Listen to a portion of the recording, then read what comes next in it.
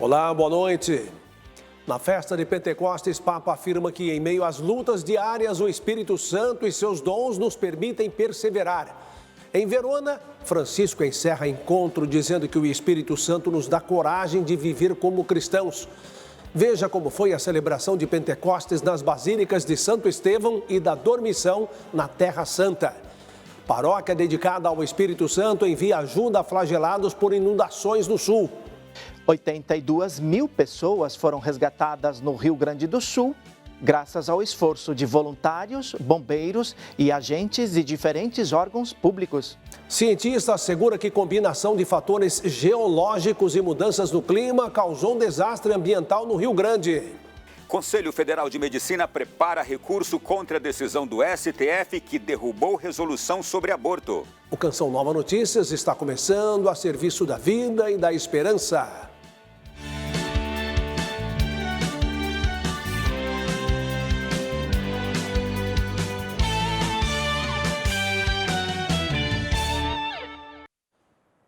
Durante a celebração da missa de Pentecostes neste domingo no Vaticano, o Papa Francisco afirmou que o Espírito Santo nos dá força para seguir em frente e chamar a todos. Na homilia, o Papa foi enfático ao dizer que nosso anúncio precisa ser gentil para acolher a todos, sejam bons ou ruins, mas precisamos anunciar e acolher a todos, que é o Espírito quem nos dá a força para seguir em frente e a gentileza para acolher a todos. Con quella gentilezza, ci dà la gentilezza di accogliere tutti. Francisco explicou ainda que Pentecostes nos mostra a ação do Espírito de duas formas, em nós e na missão, com duas características, a força e a gentileza, porque em nós a ação do Espírito é forte, simbolizada pelo vento e pelo fogo na Bíblia, e mostrando a força de Deus em nós, que nos faz vencer nossas fraquezas. Ele entra no nosso coração e cura tudo, disse o Papa. O Santo Padre lembrou que, ao mesmo tempo que é forte, o Espírito Santo também é gentil, e essa delicadeza é um traço de ação de Deus. Tendo descido sobre os discípulos e colocando-se ao seu lado, o Espírito Santo atua transformando seus corações e infundindo neles uma audácia que os leva a transmitir aos outros a sua experiência com Jesus e a esperança que os anima. Não é com prepotência e imposição. O cristão não é prepotente, a sua força é outra, é a força do Espírito, com a energia que vem da fidelidade à verdade, e assim nos rendemos ao Espírito. Isso é importante também para nós que recebemos o dom do Espírito no batismo e na confirmação. Como os apóstolos do cenáculo, sabemos que não estamos sozinhos e somos enviados hoje a anunciar o Evangelho a todos. E graças ao Espírito, podemos e devemos fazê-lo com a mesma força e a mesma gentileza. Na Terra Santa, as celebrações de Pentecostes clamam para que a sabedoria do Espírito Santo inspire a humanidade no dom da coragem e da força para decisões que levem à paz e à reconciliação. Na Igreja de São Salvador, os franciscanos celebram a vigília de Pentecoste. O poder libertador da Páscoa da Ressurreição é liberado em toda a sua altura, grandeza e profundidade. No cenáculo, nasce a Igreja, corpo de Cristo, vivificado pelo Espírito de Deus, lugar onde os irmãos se amam e se servem com um amor que ultrapassa a medida humana. O Espírito Santo é um dom essencial para nós, porque é o Espírito que nos permite compreendermos uns aos outros. Nos solta a língua, mas também nos abre o ouvido. Na tarde de domingo, os frades e peregrinos foram em procissão até o cenáculo, onde se realizou a oração das vésperas. Os fiéis residentes aqui, vindos de todo o mundo, rezaram o Pai Nosso, cada qual na sua língua, e depois em latim, para mostrar que no único sujeito histórico que é a Igreja, o milagre das línguas nunca parou. Já na Basílica Dominicana de Santo Estevão, a vigília foi presidida por Dom Schomali, vigário patriarcal de Jerusalém, e animada pelos salesianos de Dom Bosco. Na manhã de domingo, na Abadia Beneditina da Dormição, ele também presidiu a bela celebração eucarística. No final, a tradicional chuva de pétalas de rosa, que representa a descida das línguas de fogo sobre os apóstolos. Nós não tivemos a presença do cardeal Pier Battista Pizzaballa, porque neste final de semana ele esteve em Gaza, junto com a comunidade que se encontra em meio à guerra. O nosso pensamento de cristãos iluminados pelo Espírito nunca se detém na fronteira que o homem constrói, mas sempre as ultrapassa.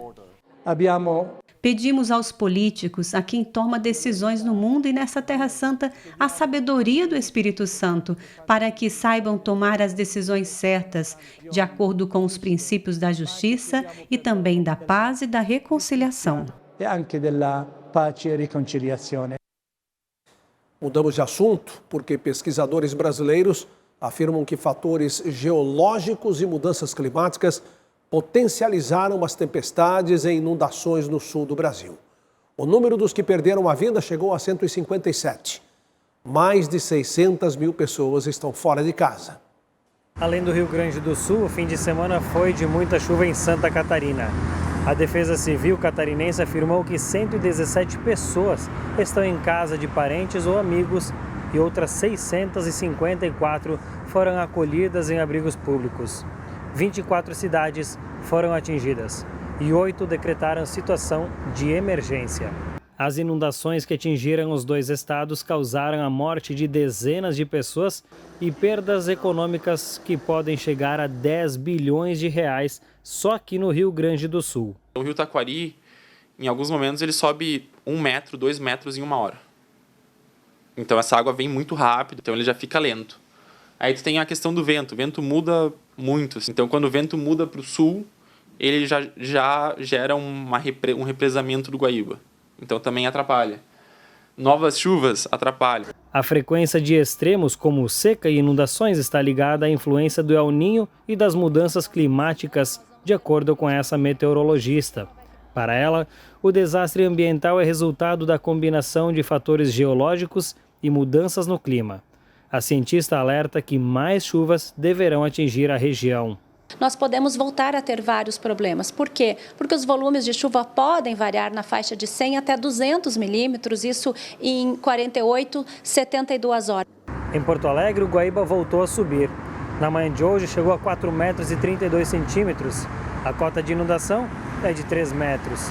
A Companhia de Saneamento Básico de São Paulo enviou bombas de água que começaram a operar ontem na zona norte da capital e estão sendo usadas para acelerar o escoamento de água nos locais mais atingidos.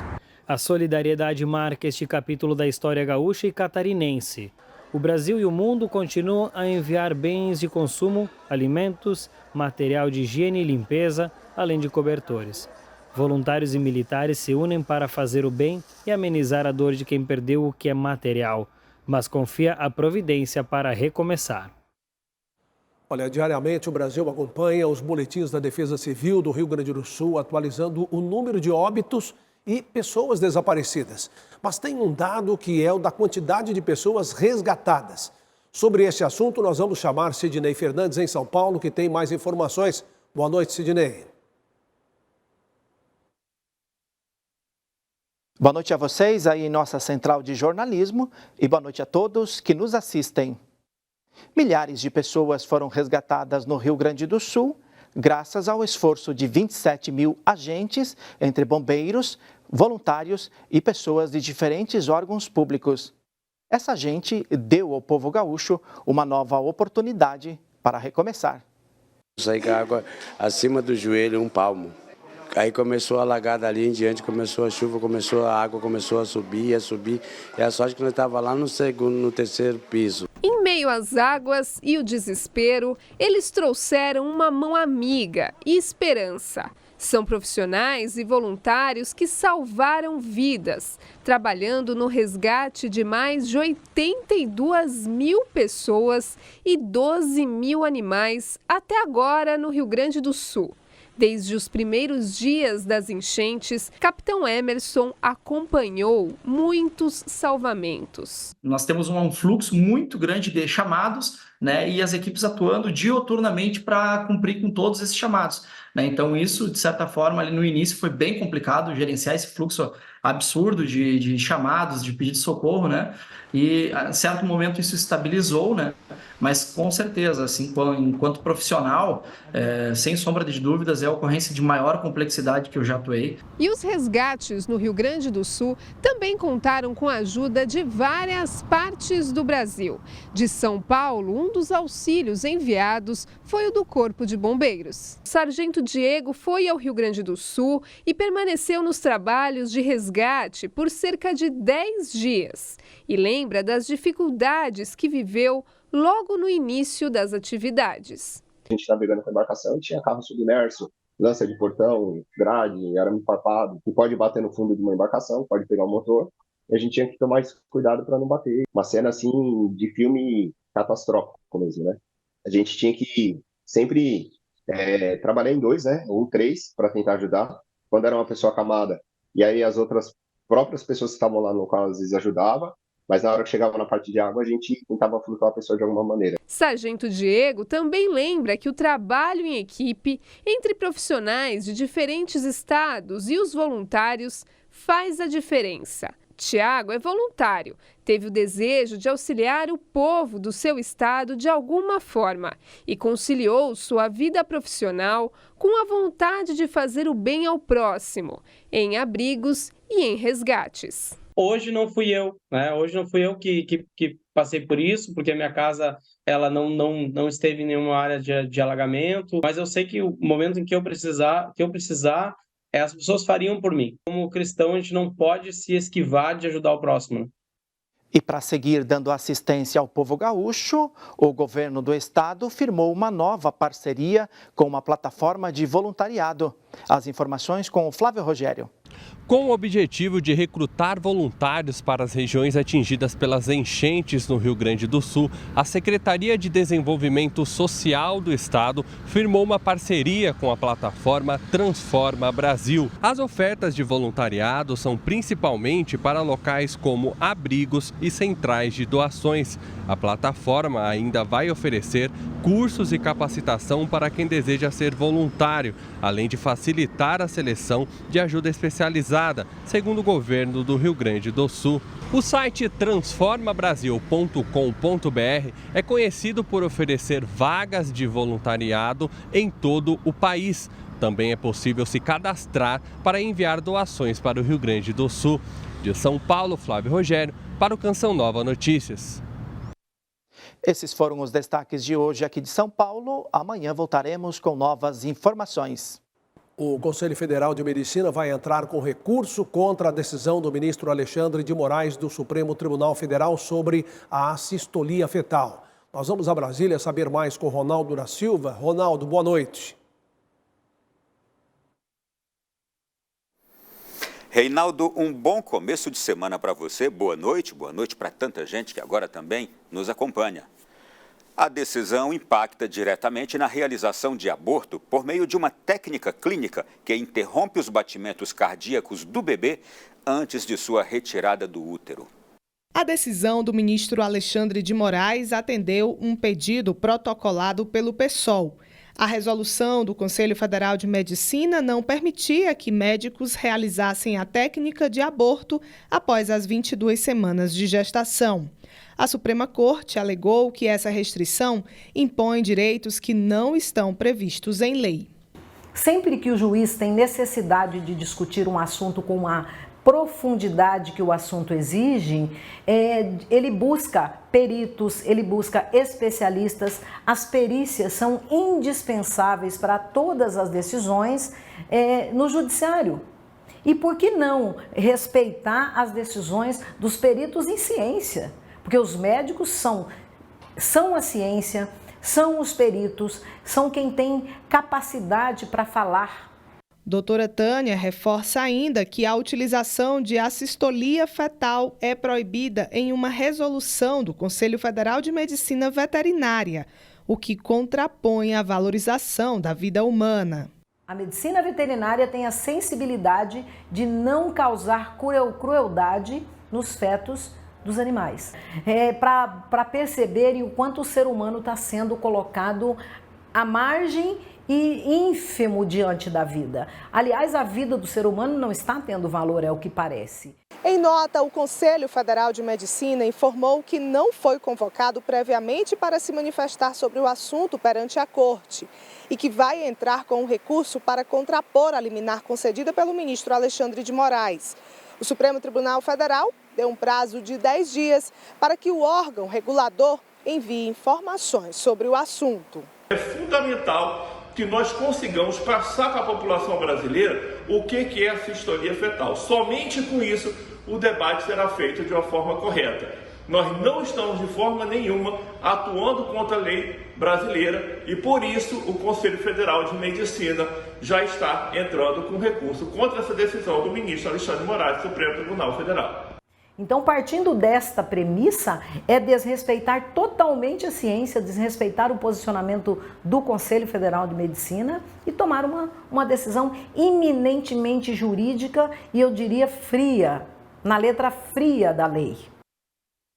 E começou hoje em Brasília a Marcha em Defesa dos Municípios. No encontro, chefes de executivos locais cobram do governo ações para aumentar o empenho de recursos para as prefeituras. Neste ano, os desastres ambientais no Rio Grande do Sul e a reoneração da folha de pagamento são os principais temas em debate. Hoje foram apresentados os dados sobre os prejuízos provocados pelas chuvas no Sul. De acordo com dados da Confederação Nacional dos Municípios, quase 10 bilhões de reais em prejuízos foram calculados com os desastres ambientais no Rio Grande do Sul. A Confederação Nacional dos Municípios também defende a manutenção da desoneração da folha de pagamento como forma de ajudar as prefeituras das cidades gaúchas. A proposta em discussão no Senado, que deve ser votada nesta semana, prevê uma alíquota de 8%. A mudança pode gerar uma economia de 90 milhões de reais para as cidades afetadas pelas enchentes no Rio Grande do Sul. O presidente da Confederação Nacional dos Municípios defendeu a destinação de mais recursos para as cidades afetadas e menos burocracia. No levantamento feito pela entidade, de 46 cidades, 8 disseram ter recebido recursos da União. A grande maioria não recebeu nada desses que estão em calamidade, que são os 46. Outros receberam alguma forma. Por exemplo, eu sei de uns que receberam de emenda parlamentar, que já é do município aquela emenda, apenas adiantaram. Outra pesquisa realizada pela Confederação revela: a maioria das cidades brasileiras não se considera preparada para a situação de extremo ambiental. A pesquisa ouviu 3.500 prefeituras e apenas 810 disseram estar preparadas. Só que eu não sei até que ponto que ele informou se realmente estava preparado ou não, mas pelo menos esse informou que tem ações lá na Defesa Civil dele que está sendo incrementado. O governo federal autorizou o saque do FGTS na categoria Calamidade para trabalhadores de 72 municípios do Rio Grande do Sul. O valor máximo autorizado é de R$ 6.220 por conta. A solicitação do saque pode ser feita em até 90 dias após a publicação da portaria do Ministério da Integração e do Desenvolvimento Regional, que reconheceu o estado de emergência ou calamidade pública na região. A liberação do valor pode ser feita a partir de solicitação no aplicativo FGTS. E a gente fica por aqui. Amanhã estaremos com mais notícias de Brasília. Até lá. Descanso para você, viu, Ronaldo? Muito obrigado. Olha, no interior de São Paulo, uma paróquia tem vivido, por meio da caridade, a experiência com a terceira pessoa da Santíssima Trindade. Está atravessando fronteiras para amparar as pessoas que mais sofrem no Rio Grande do Sul. A variedade de embalagens e produtos dão o tom para o espaço de acolhida e caridade. A providência de Deus é maravilhosa quando a gente tem uma comunidade que participa. Neste período de Pentecostes, voluntários da Paróquia Espírito Santo não deixaram apagar a chama da solidariedade. Em menos de 2 semanas, 2 toneladas foram arrecadadas em prol dos gaúchos. As igrejas, principalmente, se comunicam muito rápido através dos bispos, um conversa com o outro, e a partir daí já iniciou o trabalho solidário. Esta não é a primeira vez que a comunidade realiza uma intensa mobilização. Em 2020, surgiu a campanha Paróquia Espírito Santo Sem Fome, com o objetivo de amparar as famílias mais necessitadas durante a pandemia. De lá para cá, a prática solidária não deixou de fazer parte desta realidade pastoral. Essa bondade que Deus colocou no coração de todos nós, cada vez mais tem que vir à tona. A gente não pode economizar em generosidade e em bondade. Há mais alegria em dar do que em receber, diz a palavra de Deus. Todos os itens serão levados da paróquia para o Fundo Social de Solidariedade, centro de distribuição repleto de bondade humana, seja nas doações ou no investir do tempo, cada vez mais disputado. A gente pede que agora prioridade sejam itens de higiene e limpeza, alimento, né, e ração para os pets. Com uma simplicidade, com humildade, principalmente daqueles mais simples que vivem na comunidade, aqui na paróquia, que tiraram um pouquinho do seu para doar, né? Então isso que a gente vê como é grande esse movimento.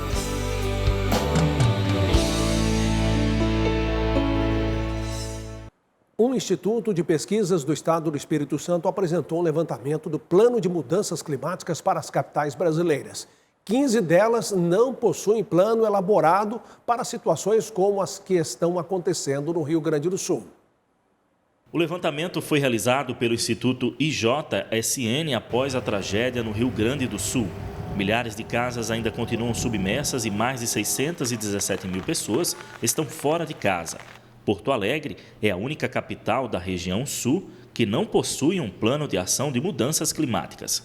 Plano de ação climática, que é um dos principais instrumentos para que sejam desenvolvidas estratégias de respostas, de mitigação e adaptação aos eventos climáticos extremos. Apenas 11 capitais e o Distrito Federal possuem um plano de ação já formalizado. Além de Aracaju e da capital gaúcha, Belém, Boa Vista, Campo Grande, Cuiabá, Goiânia, Macapá, Maceió, Manaus, Natal, Palmas, Porto Velho, São Luís e Vitória não possuem um plano de prevenção de inundações. Na capital sergipana, o planejamento está em fase de estudo e elaboração. Hoje, quando necessário, um plano de contingência é colocado em prática. Dentro desse plano de contingência, nós temos todos os mapeamentos das áreas de risco de Aracaju, seja ele de inundação, deslizamento de terra, como também de alagamentos, para que a gente tenha uma monitoração melhor dessas áreas, principalmente nos eventos críticos. Aracaju está 4 metros acima do nível do mar. Outras capitais do Brasil também convivem com essa proximidade de níveis, a exemplo de Recife, também Maceió com 7 metros e o Rio de Janeiro com pouco mais de 2 metros. Dependendo do volume acumulado de chuvas, essa realidade acaba contribuindo para que enchentes aconteçam com maior facilidade. Aracaju sofre uma influência muito grande das marés, né? Principalmente quando a maré acima de 2,0, a gente tem uma influência muito grande, principalmente se for combinado com a chuva intensa. Então existe um estudo para a instalação de comportas em alguns canais, para que quando a gente tiver esse período de maré alta, essa água da maré não ocupe a nossa rede de drenagem. É necessário que o poder público ele elabore esse plano, essas diretrizes, né, com os órgãos competentes, órgãos ambientais. A gente precisa pensar em cidades que sejam mais sustentáveis, em cidades que tratem melhor essas questões ambientais, para a gente tentar evitar, né, que coisas desse tipo aconteçam, mas caso elas aconteçam, o que é que pode ser feito, né, para proteger a população, para evitar perdas de vidas, perdas de bens materiais. De acordo com o levantamento, além de Aracaju, o plano de ação de mudanças climáticas também está em fase de elaboração nas cidades de Belém, Manaus, Porto Alegre e Vitória. Confira agora a previsão do tempo para amanhã em todo o país. O sul do país segue em atenção. Uma nova pancada de chuva se aproxima de Santa Catarina e Rio Grande do Sul. Porto Alegre deve ter mínima de 8 graus e máxima de 19. No Paraná, o tempo segue firme, com máxima de 24 graus em Curitiba. No Sudeste, tempo firme na maior parte da região, pancadas de chuvas isoladas no litoral de São Paulo e litoral sul do Rio de Janeiro. Mínima de 16 graus em São Paulo e Belo Horizonte, máxima de 31 graus no Rio de Janeiro. O sol forte e o ar seco predominam o centro-oeste brasileiro. Chuva apenas à tarde no nordeste de Mato Grosso. Cuiabá com máxima de 34 graus. A região nordeste tem alerta de temporais para Salvador e do litoral de Alagoas até Pernambuco. Pancadas de chuva no centro-norte do Ceará até Maranhão. Restante da região, tempo firme. São esperadas pancadas de chuva em quase toda a região norte. O sol predomina apenas no norte de Rondônia e no centro-sul de Tocantins. Palmas e Belém, máxima de 34 graus. O Papa Francisco fez no sábado uma visita pastoral à cidade italiana de Verona. O Santo Padre teve encontro com consagrados, crianças, detentos e presidiu um encontro pela paz. No pátio da Basílica de São Zeno, local de seu primeiro compromisso, o Papa foi recebido com entusiasmo. Em seu discurso, refletiu com os sacerdotes e consagrados 2 aspectos importantes da vocação: acolher o chamado recebido e cumprir a missão com audácia. Ao se encontrar com crianças e adolescentes, Francisco deixou o discurso de lado e preferiu conversar espontaneamente e disse que as crianças podem ser sinais de paz no mundo, ouvindo, brincando e não brigando com os outros, e os convidou a repetir: devemos ser um sinal de paz. Logo depois, o Santo Padre participou do encontro Arena da Paz. Justiça e paz se beijarão. Mais de 10 mil pessoas ouviram o pontífice sobre o tema. Um dos momentos que marcou o encontro foi o depoimento do israelense Maor Sinon e do palestino Aziz Sará, familiares de vítimas do conflito no Oriente Médio.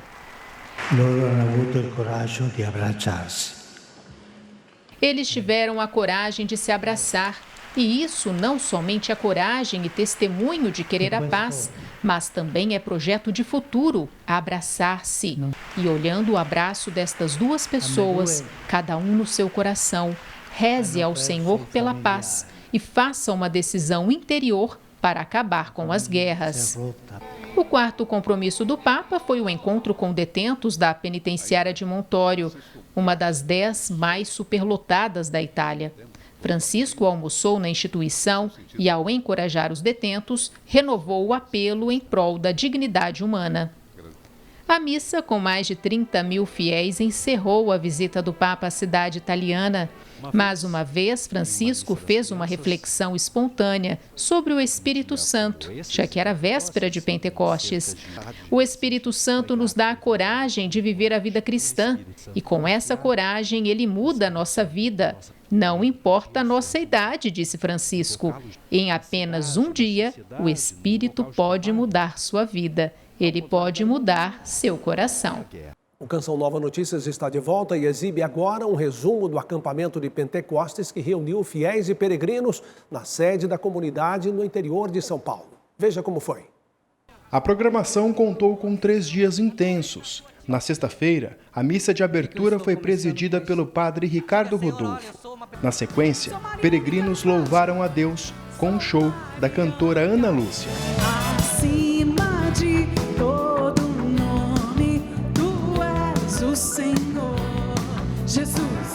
No sábado, uma das pregações foi com Márcio Mendes. O tema abordado, o Espírito Santo, fonte da nossa cura. Porque nós precisamos da cura do Senhor. Diga, eu preciso da cura de Deus na minha vida.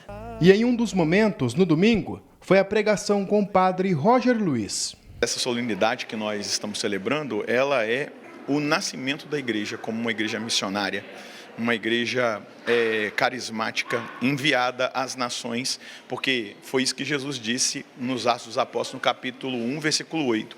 Recebereis o Espírito Santo, a força do alto, para seres as minhas testemunhas. A missionária Antonieta Salles abordou Maria como mulher de Pentecostes, além de destacar que os acampamentos da Canção Nova acontecem próximos a datas litúrgicas. A Canção Nova é igreja e, por ser igreja, ela faz esta comunhão e anima o povo de Deus a estar nesta comunhão com a igreja, que é a nossa força, a unidade de uma só igreja corpo místico de Cristo. Quem participou do acampamento de Pentecostes pôde vivenciar momentos de intimidade com o amor de Cristo e fortalecer a fé. Dona Maria Lúcia pediu mais bênçãos. Trouxe fotos de familiares que não puderam estar presentes. Aqui é como sempre diz, é um cantinho do céu. Sempre que vem para cá, a minha família mesmo, eles querem muito vir aqui, mas nenhum vieram ainda. Sempre se diz, é um cantinho do céu, e realmente é.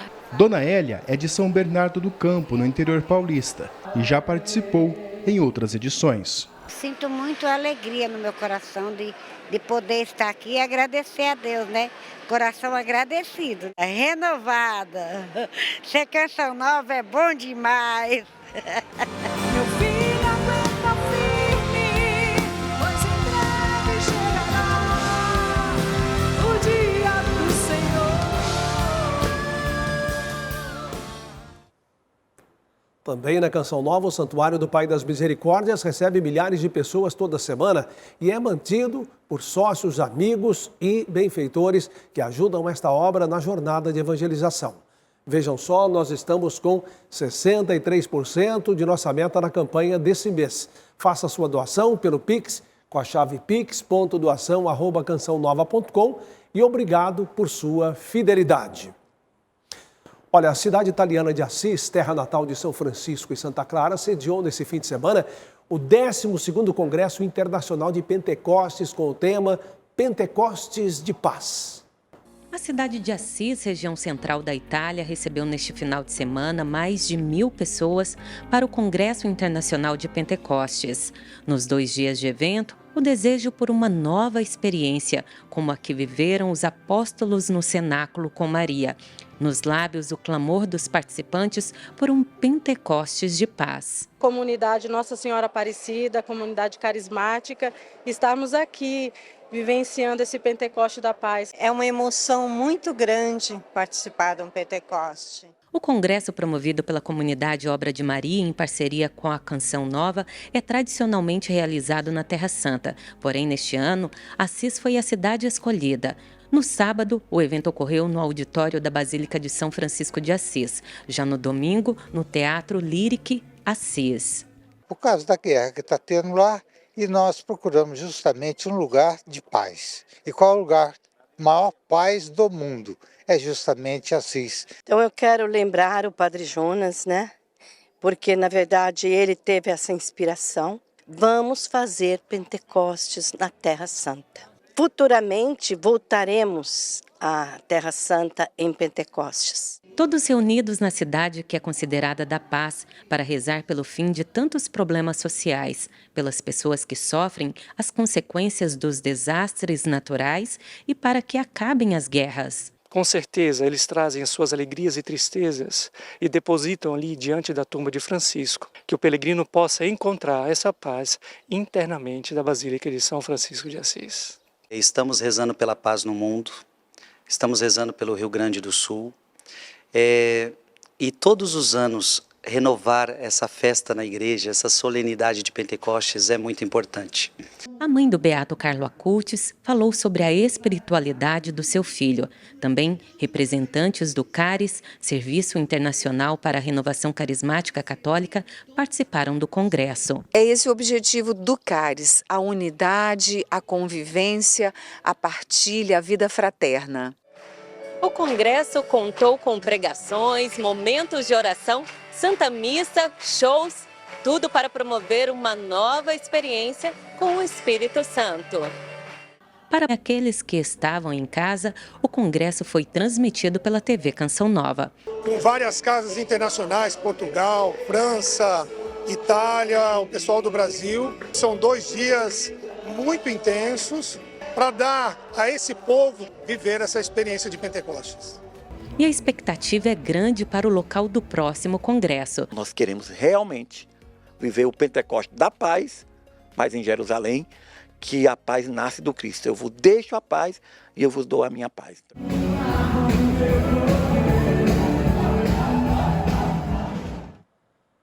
Que vivamos o Pentecostes em nossa vida diária, né? Assista a seguir a transmissão da Santa Missa direto da Catedral Nossa Senhora do Líbano, em São Paulo. Boa noite e paz para você.